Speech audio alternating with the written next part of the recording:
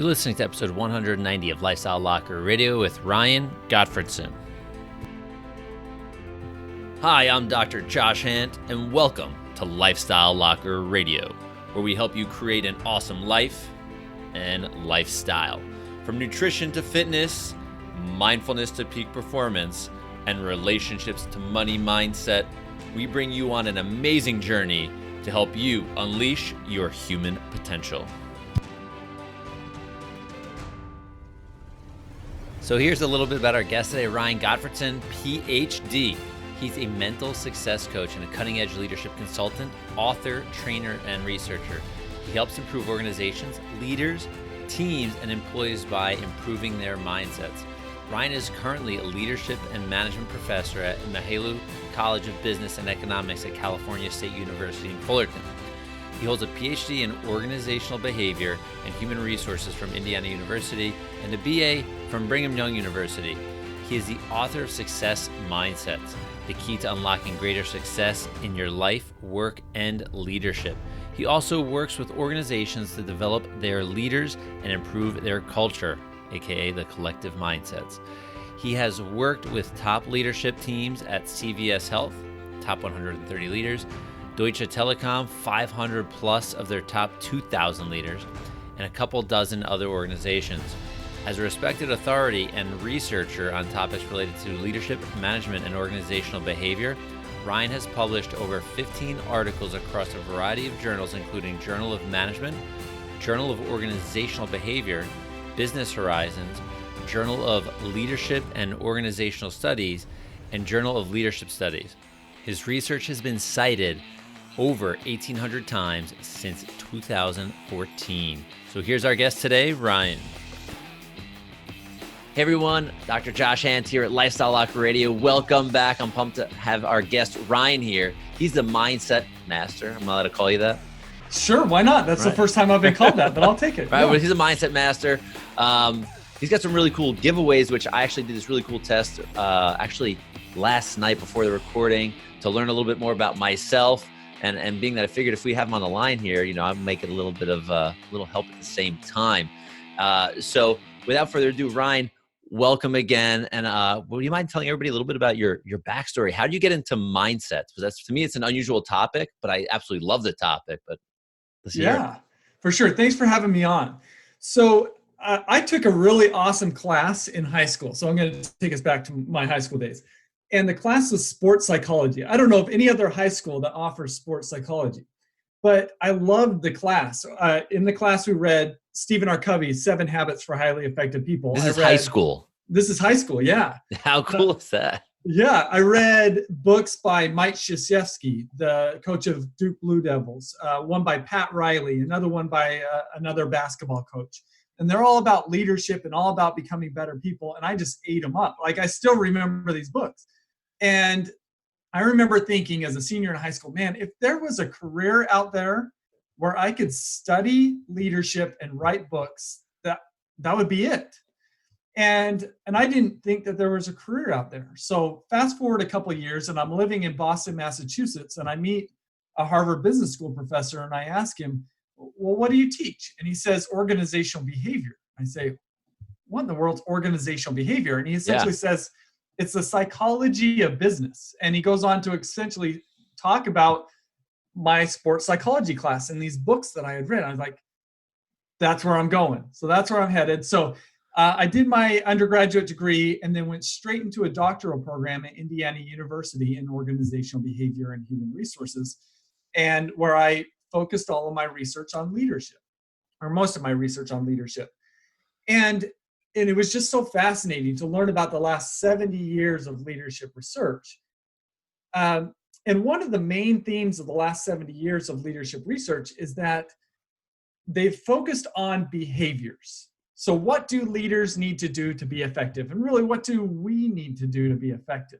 And that was really great to learn, but it didn't sit very well with me, because I think that leadership isn't just about doing the right thing.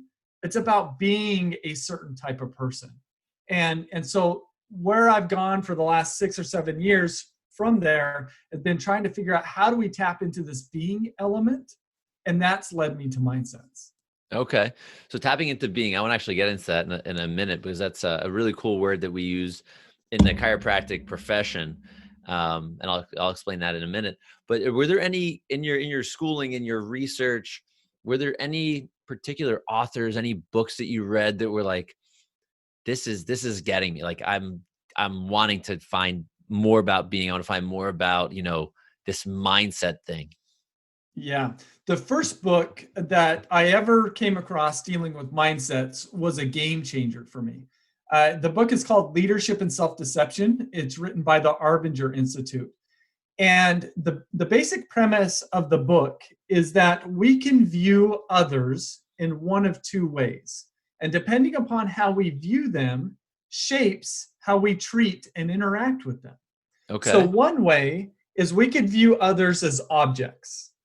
So the generally as either an instrument there to get us where we want to go, or a barrier that's preventing us to get from getting where we want to go. And when we see them as objects, we kind of treat them as such. And I mean that makes sense. Yeah, of The other course. approach is to, rather than see them as objects, is to see them as people and truly value them as such. When we see others as people, we see that their needs and wants matter just as much as my needs and wants. And the reason why this book hit me really hard is because I viewed people more like objects. I had what is called, and what they call, is this inward mindset. I think it was partly because of my upbringing. I was an only child. And so our family life kind of revolved around me. And I was used to that. I was an athlete. I was a competitive person. And when I played basketball, it was about me getting the statistics, not about my Mm, team winning per se. yeah. Just because my mindset led me to see that as being the best way to operate. But even as I say that, it just, for most people, that doesn't make sense. But for me, because of my mindset, that's made sense. So when I read this book, I awoke to the idea that my lens and how I'm viewing others isn't the best way to view others. And it was kind of a life-shifting moment for me. Yeah, so it's interesting, looking at people, I'm sure everybody listening has had this experience, whether you want to get somewhere, get something, whatever it may be, or get to a place, you may see people as a means to an end, Hmm. right? Versus Yep. people as being people that are on their own journey. And there could be a win-win scenario for both people. It doesn't need just be like me and then that person's going to lose just because I'm going to get what I want. Yeah. It's interesting. It's And, interesting. and one of the things that I enjoy about you and just their conversations we've had thus far, is we kind of talked a little bit before we came on the podcast, is you said, I want to get to know you before we jump on the air, Hmm. right? What that is sending the signal to me is you care about me as a person. And our conversation is going to be different because of that. And when you operate as a chiropractor, you can see your patients as being, in some ways, a dollar sign. Oh yeah, I'm Or sure. There are docs, I'm sure, that do in every profession. It's sad.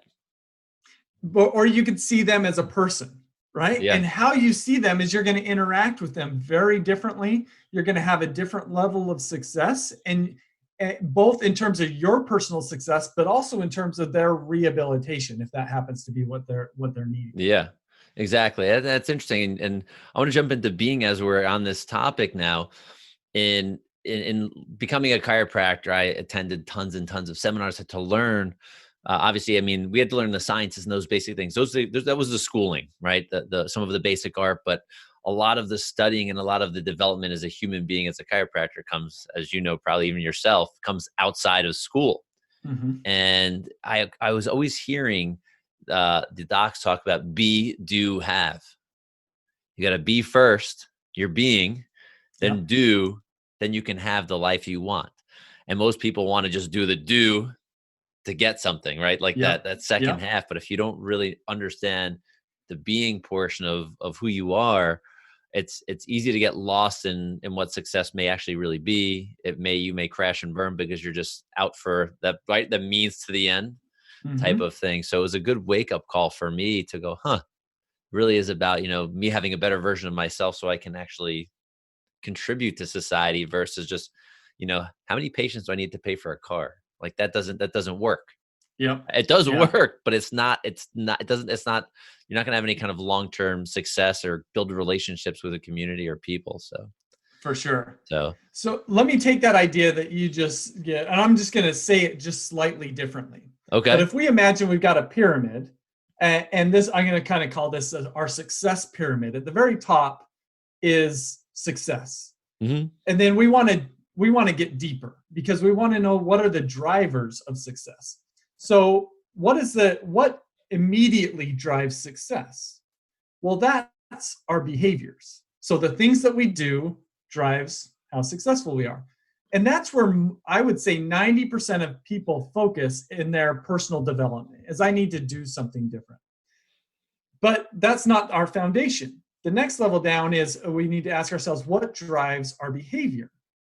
Well, it's our thinking that drives our behavior and therefore our success.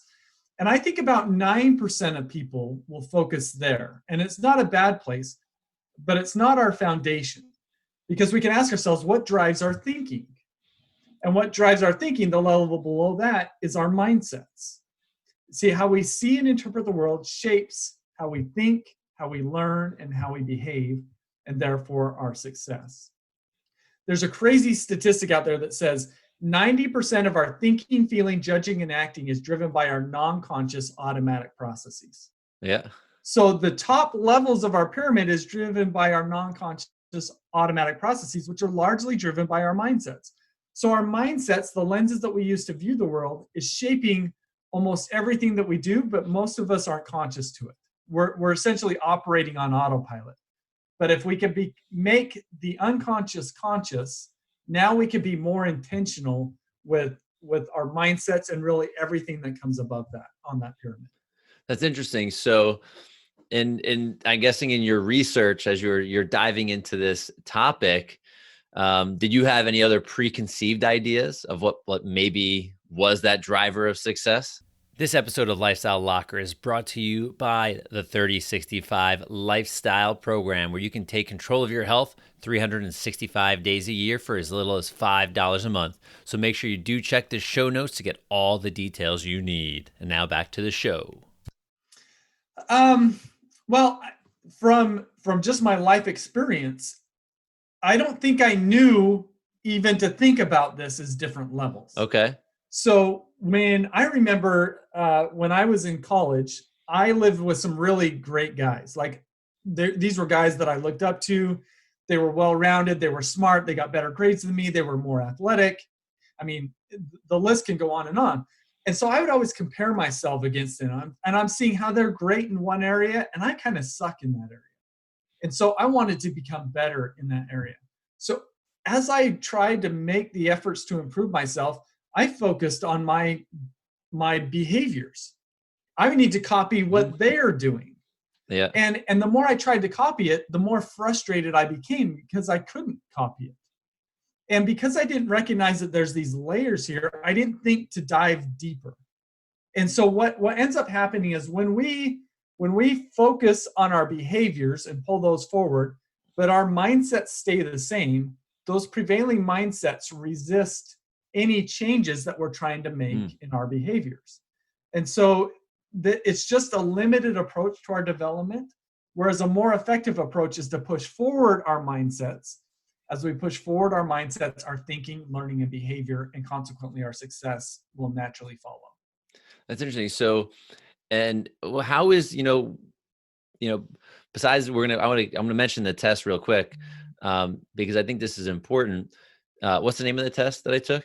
So I just call it my personal mindset assessment. It's free on my website. So if people were to go to ryangottfredson.com, they could take it. It's 20 questions, like 5 minutes, but it provides a pretty comprehensive and individualized report. Yeah, it's a lot more than I thought I was going to get when I got the email. But that being said, are there ways we can, before even taking this test, that we could even think about like, hey, is my mindset good? Like, how do I know if my mindset is good or bad, or like, are my results really that I'm getting in life, are they really because of my mindset? And you're just, I mean, that's such a great question. And here's what's problematic, and I think you're alluding to this, is we all tend to think that our thinking is the best way to think. But the reality is our current thinking is probably not the best way to think. So we're very justified in our mindsets, but that doesn't make them positive mindsets. True. Okay. And so we need something to help us awaken to these. And that's why I think my mindset assessment is really helpful, because when you take the assessment, the results will tell you where your mindsets are in comparison to about 10,000 other people who have taken the assessment. So you've got some pretty objective information about the quality of your mindsets relative to everybody else. Okay. So you mentioned like there are different mindsets. So what would be example? I mean, are there more than two? Is it just good and bad? So I focus on 4 different sets of mindsets, and each of these sets range on a continuum from negative to positive. And I didn't come up with these mindset sets. Where I found them is in the academic literature. So across psychology, management, marketing, and education, mindsets have been studied for 30 years.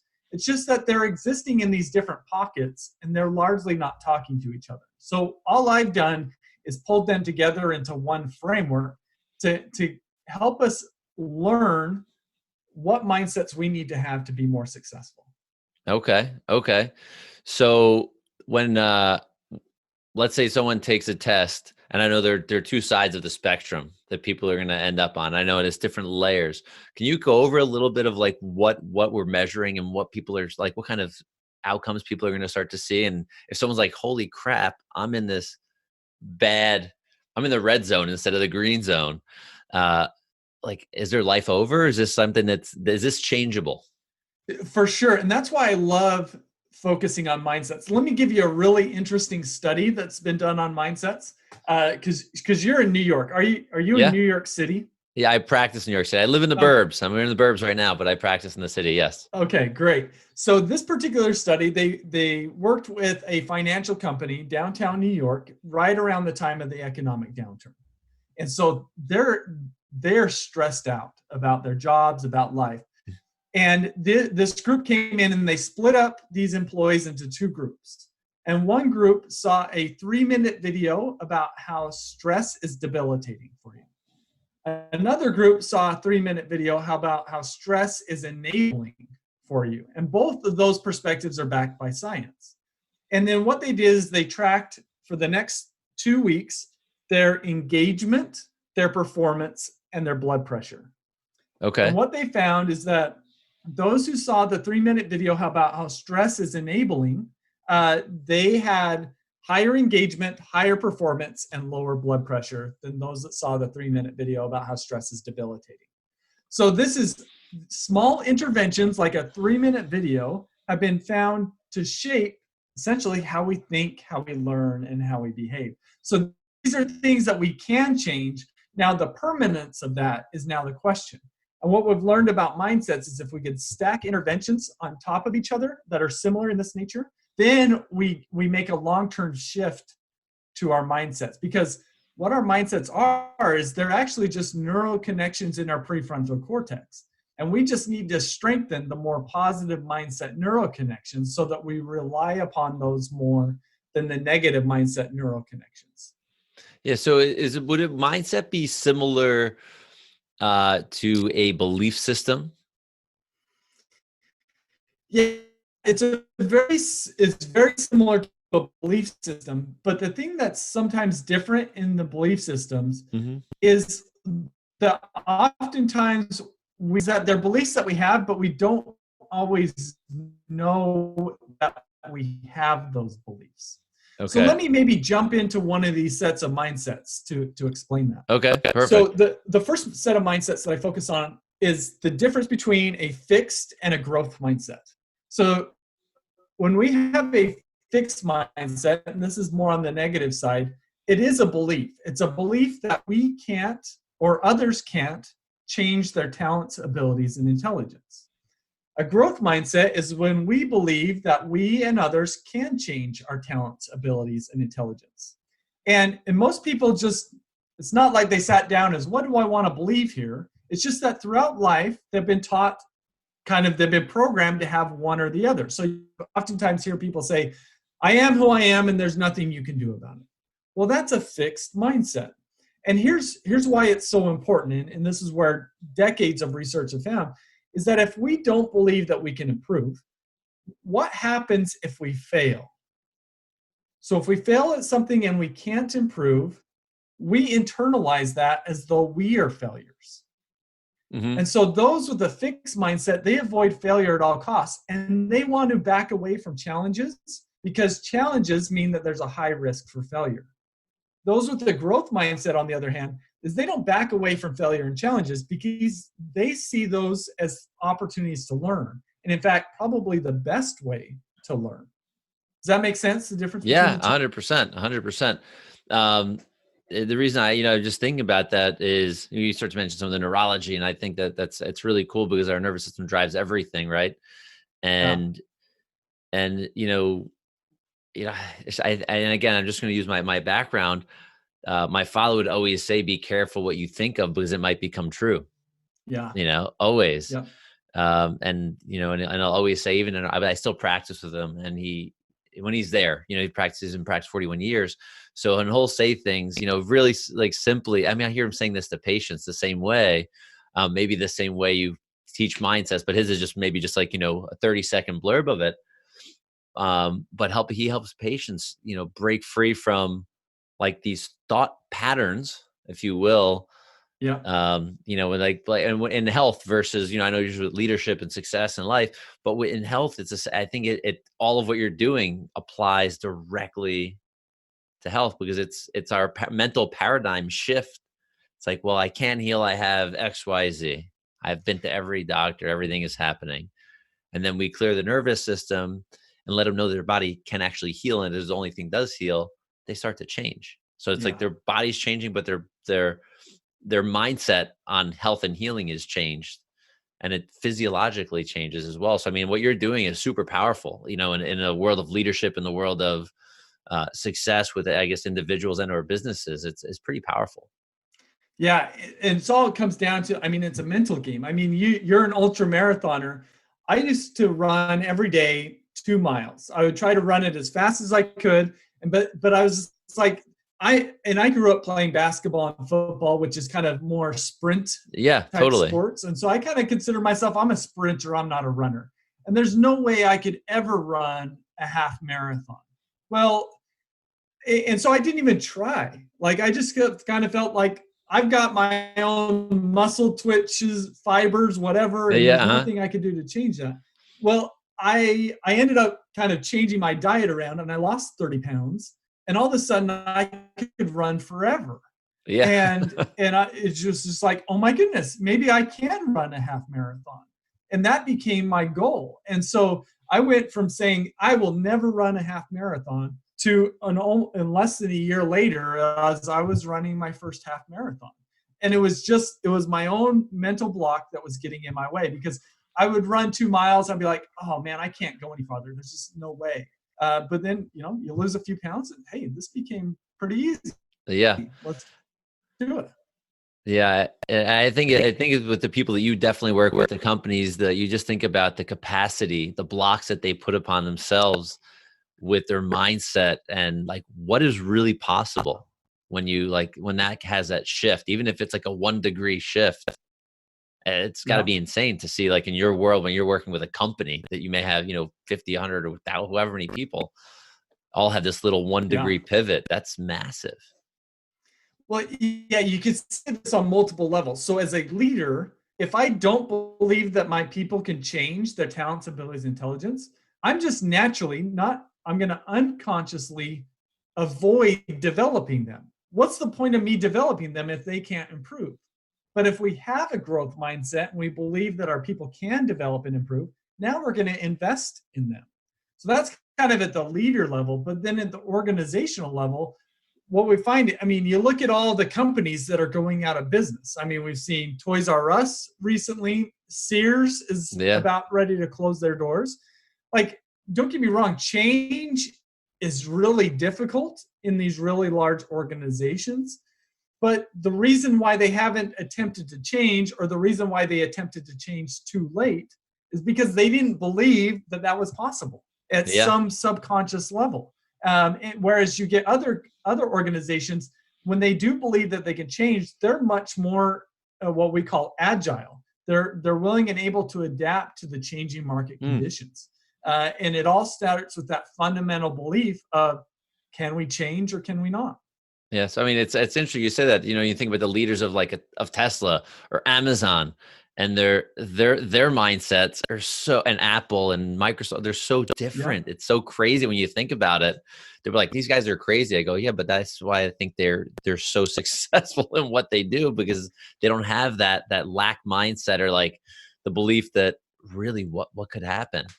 And that Microsoft is a great example. Satya Nadella, their CEO, just came out with a great book that's called Hit Refresh. And the reason why it's so great is because from 2001 until 2014, their stock price and market capitalization essentially stayed the same.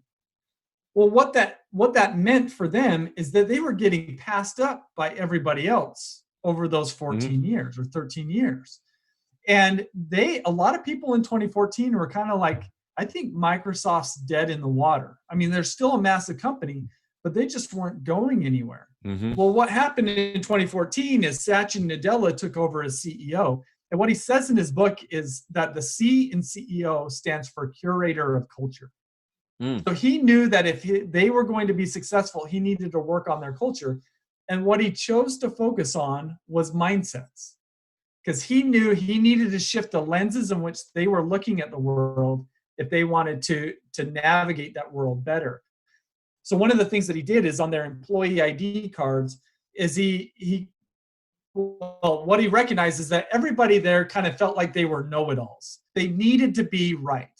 And that prevented them from exploring new ideas and new opportunities. And so what he changed on their employee ID cards was a saying that said, from know-it-all to learn-it-all, because he was trying to get them to capture this growth mindset.